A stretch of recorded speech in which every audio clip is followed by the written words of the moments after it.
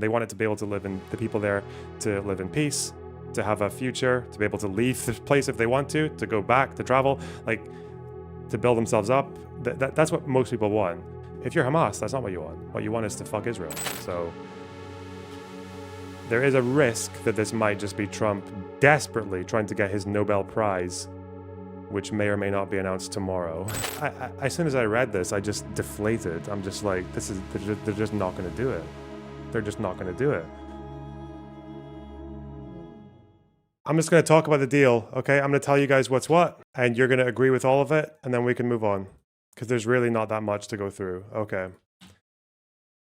Okay, so hello, chat. Gather around. Let me tell you a story.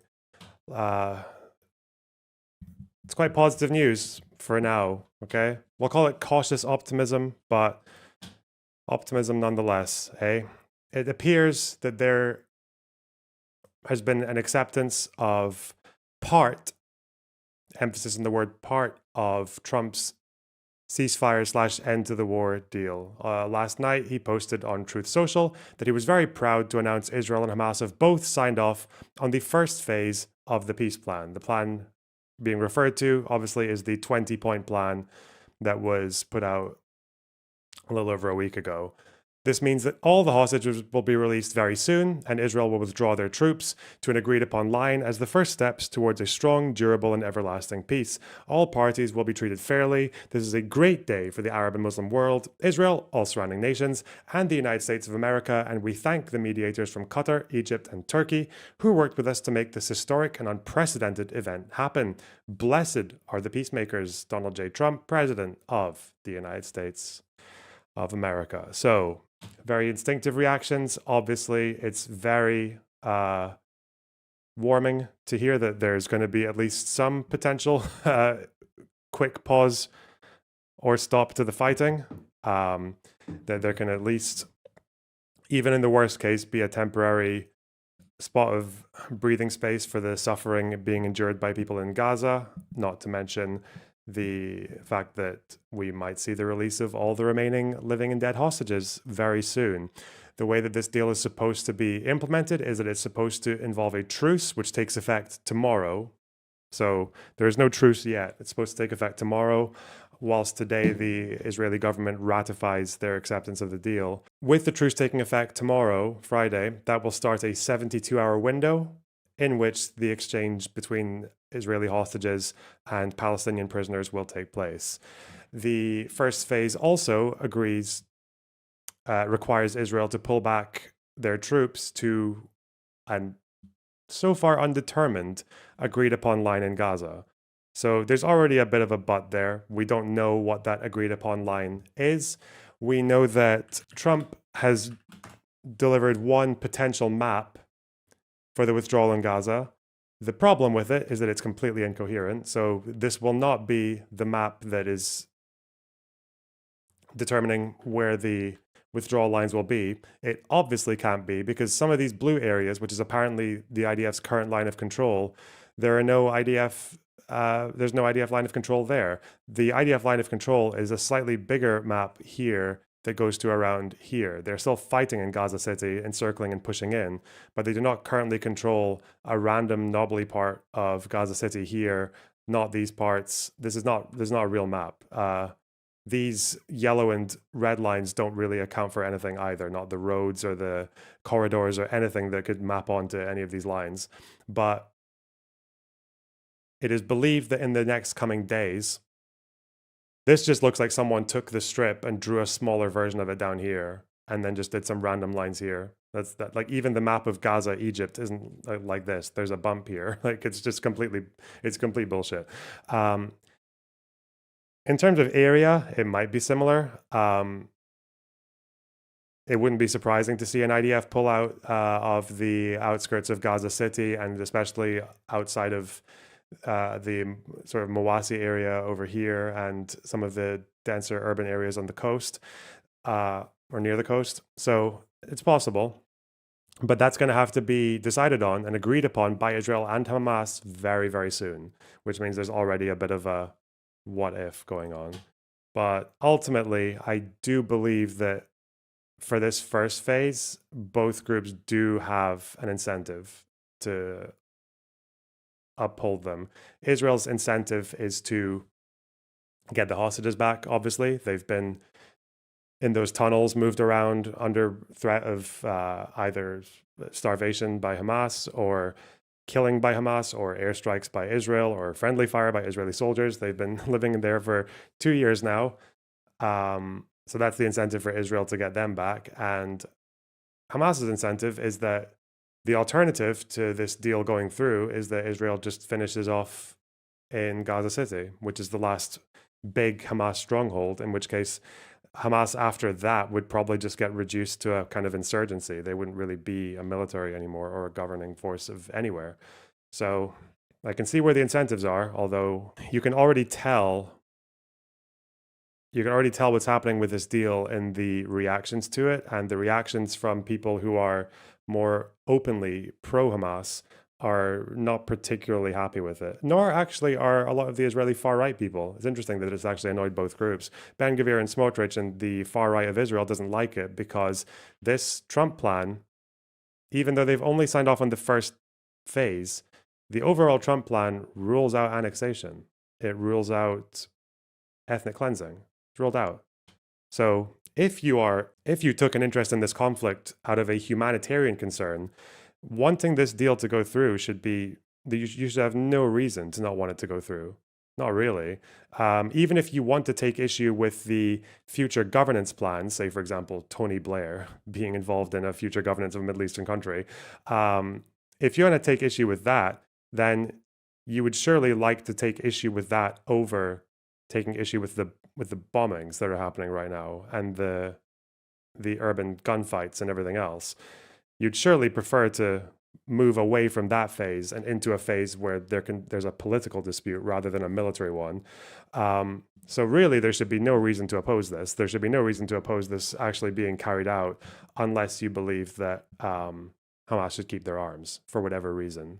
Defensive, I don't believe the last 2 years have really shown that they are very good at defending people with those weapons. They're good at defending themselves in terms of against Palestinians trying to undermine their power. But apart from that, it also entails more aid being expected to go through Gaza. Obviously, it's much easier to distribute aid in urban areas when there's no fighting. But yes, we expect to see implementation basically beginning as of Friday or Saturday. That's when we expect it. There's been a statement from Osama Hamdan, who is one of the bigger Hamas officials in Qatar, expecting the exchange to take place on Monday, the exchange of hostages and prisoners. He says that the Israeli government's going to be approving the agreement today. That's true. No one disagrees with that. And the details are going to be finalized on Saturday. So there should be updates happening all the way throughout from today up until the weekend through Monday. And on Monday, that's when you'd expect to see the exchange is actually taking place. They haven't decided who's going to be released from the prisons in Israel yet, the Palestinian prisoners. Obviously, Hamas have their eyes set on fairly high-profile prisoners that Israel doesn't want to release. People like Marwan Barghouti, obviously the biggest name. I don't know exactly if they're going to be able to agree on something there that doesn't include him. They have done in the past. Agreements on withdrawal lines are going to be difficult. There are reasons to think that this might not be... There are reasons to think that this might not be the end anytime soon. But the fact that it's actually come to an acceptance, even in principle, of Trump's deal does, I think, show one shift in the sense that Hamas are very much alone now in terms of, like, they're not alone in terms of international support, obviously. A lot of the Arab world massively sympathizes with them. A lot of the Western world seems to sympathize with them in one form or another. But there is, again, and this is all like the stuff that you see on like Axios, or one official told someone else, told a journalist. It's all hearsay, but it does appear that quite a few people agree that a lot of leaning was taking place in these recent days, mostly from Qatar on Hamas. That Qatar have actually started leaning much harder on Hamas than they used to. And that would make sense because they have recently received quite a few favors. They not only did they get an apology from Netanyahu, so remember Netanyahu bombed a building in Qatar aiming for the Hamas leadership in the country, missed all of them, ended up killing a few related members or Hamas officials who were lower down than them, as well as one Qatari police officer. Qatar got an apology. They got an apology from Netanyahu. That never happens. That never happens. Not only did they apologize, they've also offered to compensate the family of the security guy to the tune of millions. So I think it's to the tune of millions. Yeah, they got an apology. And which is interesting because a lot of hostage families haven't had apologies from Netanyahu yet, but Qatar did, which is very fascinating. Not long after that, Trump signed an unprecedented executive order for Qatar, is effectively creating an Article 5. And this is very unusual because in terms of defense treaties and assurances given to other countries, that's usually done through the Senate. It's usually a Senate thing where Congress like votes on it, not just the president decides. And it's also very rarely unilateral. This is a unilateral defense agreement. I was going to say treaty, but it's not really a treaty. It's an executive order. This is a unilateral defense offering from Trump, where he's literally saying that an attack on Qatar will be viewed as a threat to the United States, and that in the event of an attack, they would take lawful and appropriate measures, including diplomatic, economic, and if necessary, military, to defend the interests of the United States and the state of Qatar to restore peace and stability. It seems like they actually are very, this is more than Ukraine ever had, I think, from the United States. So that's the jet talking. Well, it might be the jet. I don't think it's just the jet.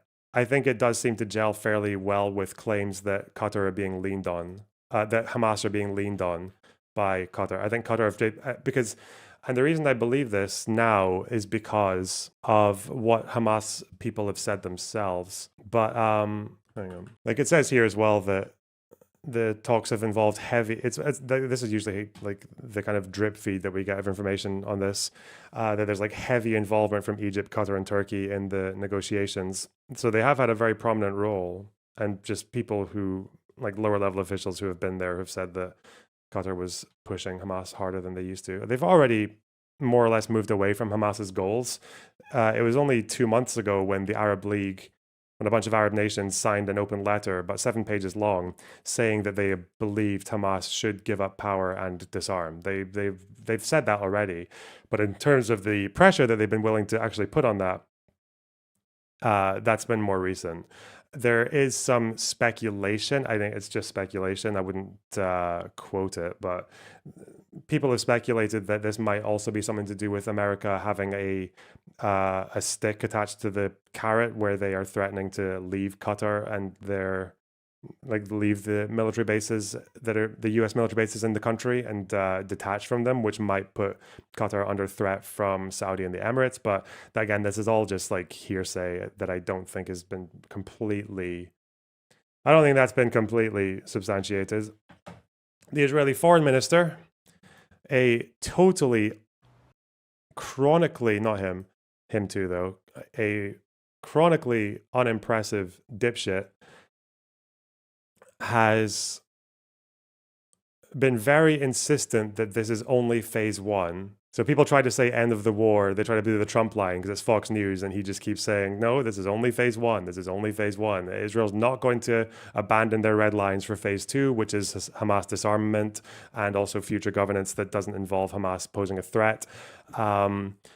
He was very evasive around the question of a Palestinian state. I think he said something along the lines of, well, the PA might be a viable partner if they end pay for slay, change the education system, okay, recognize a Jewish state, okay, that would probably be part of it, and recognize all of Jerusalem as the capital of Israel. So this guy is not serious. This guy is not serious about statehood or a meaningful end to the conflict, but it's revealing.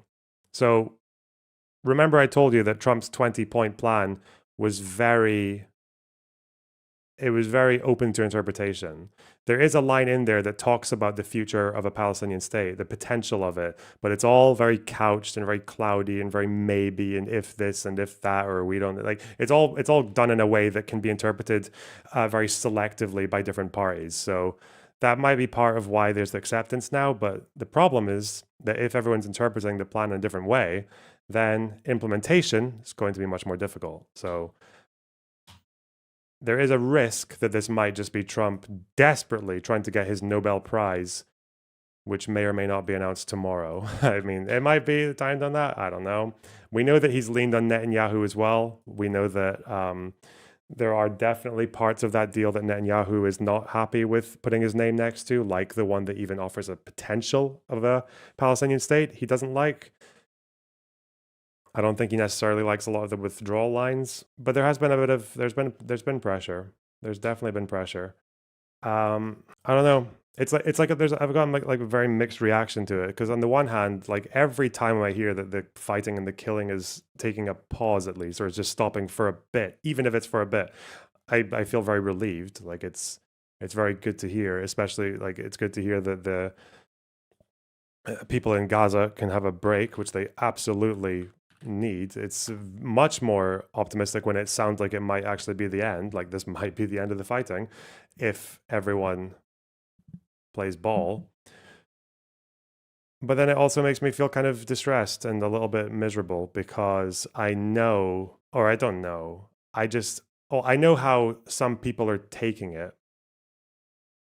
I know how some people are taking it, and the way that they're taking it is giving me quite a bit of skepticism because, and I will credit them for this, I am very relieved that Dropsite have decided to become just kind of like Hamas's middleman to Western people, but that's very cute. They do interviews with Hamas officials like quite often. I've read a few of them, and it's very handy for me because I get to read Hamas interviews that are actually published in English, so I don't have to look through Al Jazeera Arabic and look for translations and things like that. Obviously, they are more reserved on these talks than they are on Al Jazeera, for example, but the language and some of the answers that are being given here by the official, Musa Abu Marzouk, are kind of giving me the impression of where this is going to go. He's already been fairly candid about the fact that they don't know where the bodies of all the hostages are. They still don't know. They're saying that they need time to, they're going to need an unspecified amount of time to actually find all the bodies. Maybe even the actual hostages themselves. Like it wouldn't be the first time that Hamas hasn't known where every hostage is, because these hostages are often, like, one of the reasons that the IDF can't find them ever is because the IDF knows. Well, no, it seems like for the most of the war, it seems the IDF haven't known. And the reason they haven't known is because Hamas have done a very good job at allocating hostages to very specific cells that will never share anything with anyone else, and also passing them around different families or different, like, through clan relations, and not to mention other groups that besides Hamas who have hostages. The Mujahideen brigades, remember? They kidnapped the Bibas family and murdered the two fucking kids fairly early on in the war. Yeah, I don't think Hamas necessarily knew about that. It wouldn't have been in their interest, I don't think, to have that happen. But a lot of the complaints are here. That give me a bit of pause for concern. So here he's talking about the Trump map, and he very correctly, actually, I will give him this, he correctly identified the fact that that map that I showed you earlier makes no sense, about how the Israelis, the Egyptians, no one understood them. It's going to be a main obstacle. They expect this to be an obstacle. That they're saying that the negotiators still have a red line. They want Israel to withdraw completely from residential areas, but that's like, the residential areas, that's all over Gaza. That's there's no withdrawal line that's going to be from all the residential areas. They've never done that. That would be basically pulling out to almost like a buffer zone, or to the agricultural areas on the edge. So that might be the sticking point right there. You might not even get the exchange if they insist on that. And obviously, their long-term goals are still stated quite clearly. It must compel Israel to full withdrawal from the Gaza Strip. Obviously, everyone who isn't a total nutter wants that. But obviously, the question is when. Typically, the answer that makes more sense for a long-term peace would be to do that once a viable force is there that's not Hamas. But they don't really say. The big sticking point, I think, is that the way that this guy is talking about the ceasefire deal, the way that he's talking about it is that he makes it sound like he's viewing it very much like the previous one from January, which was hostage exchanges and prisoner exchanges first of all, and then followed by what they expect to be a full withdrawal of Israel and an absence of disarmament from the deal. This is kind of why the last ceasefire collapsed. This is why Israel decided to break it ultimately. And I don't believe there's been any change there. On disarmament, Jeremy Scahill does ask the guy, he asks Marzouk about disarmament. He doesn't even really get an answer. He gets a long answer, but it's not an answer. I can read you the whole thing. You can tell me where you think the yes or the no is here in terms of will Hamas disarm. He says, first, anything that is up for discussion or negotiation now in Sharm el-Sheikh is difficult to speak about publicly in the media from any leadership level. However, I am very surprised at those who keep raising the issue of disarming Hamas. The Israelis themselves said they eliminated most of the Qassam brigades in Gaza, in the north, in Khan Yunis, in Rafah, and that there is essentially no one left from Qassam brigades. President Trump said 25,000 members of Qassam were killed, and their numbers are roughly of that order.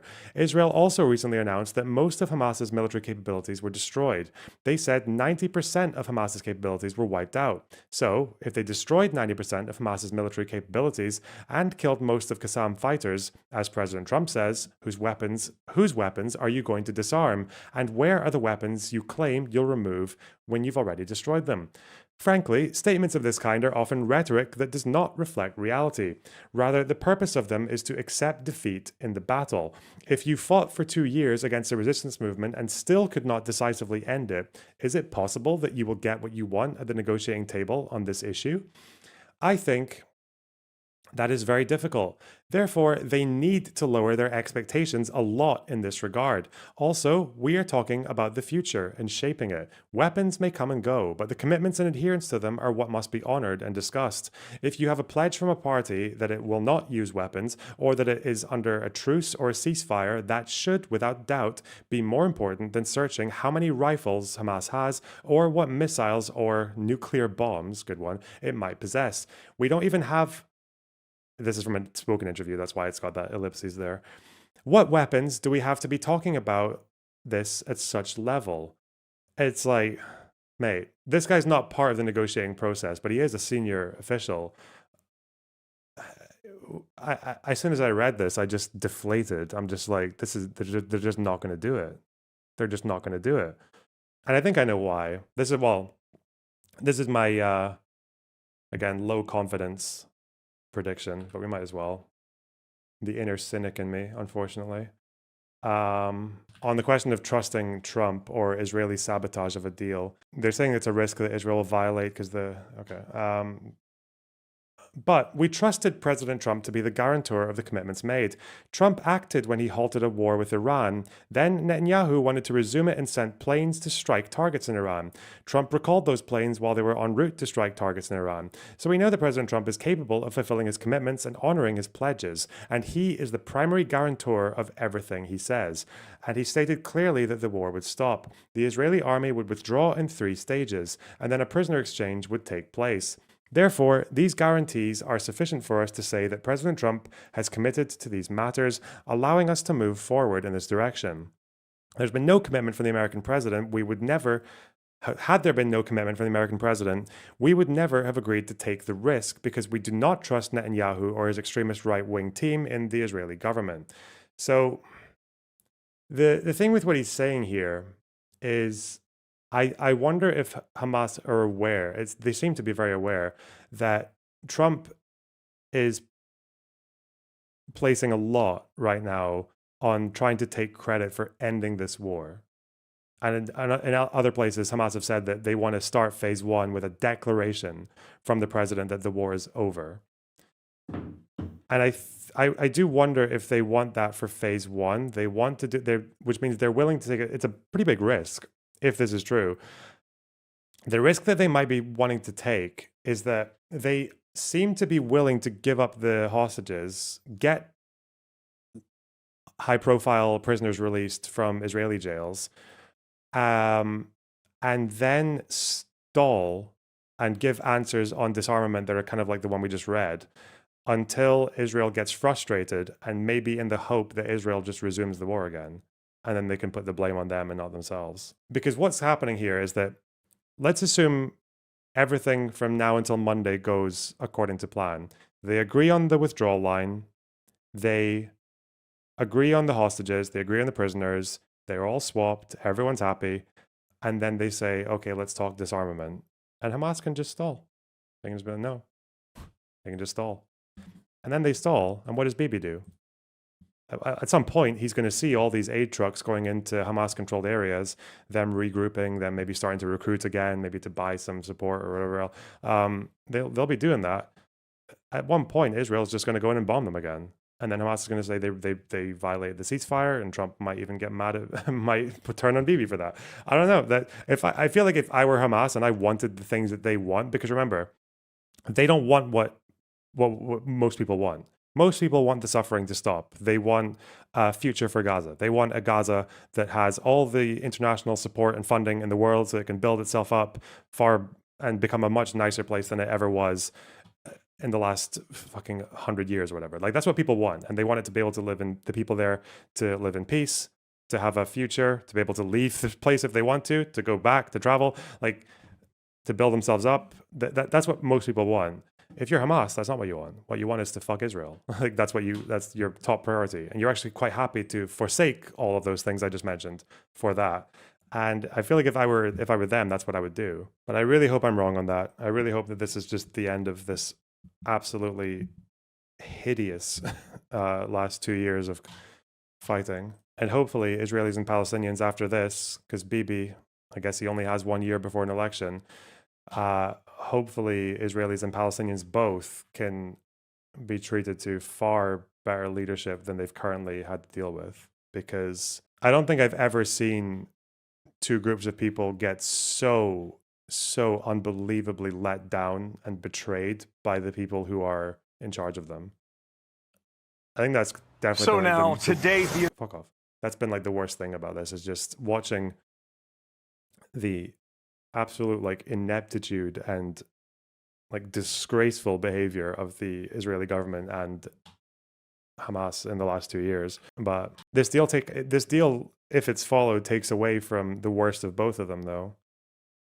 It rules out annexation. It rules out ethnic cleansing. Allows for, if it were implemented, like what would seem to be a fairly promising project of rebuilding the Strip for the people who live there, not for Israel, not for Trump's American tourists or whatever. Like it's for it looks like it can fulfill the needs of the people who actually live there, and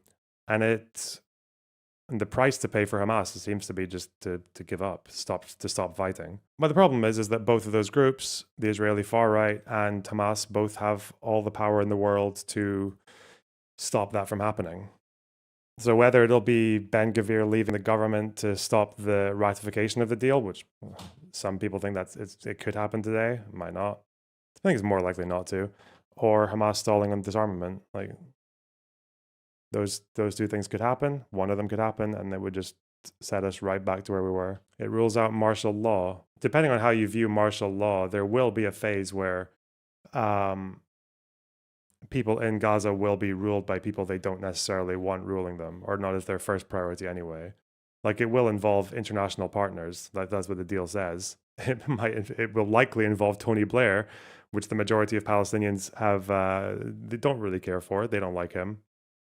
I think they were polled on it. I think it was like 60+% of them said it was inappropriate given his history, which is a very funny answer. But I think it's good to hope. Need to put Bibi on trial for corruption.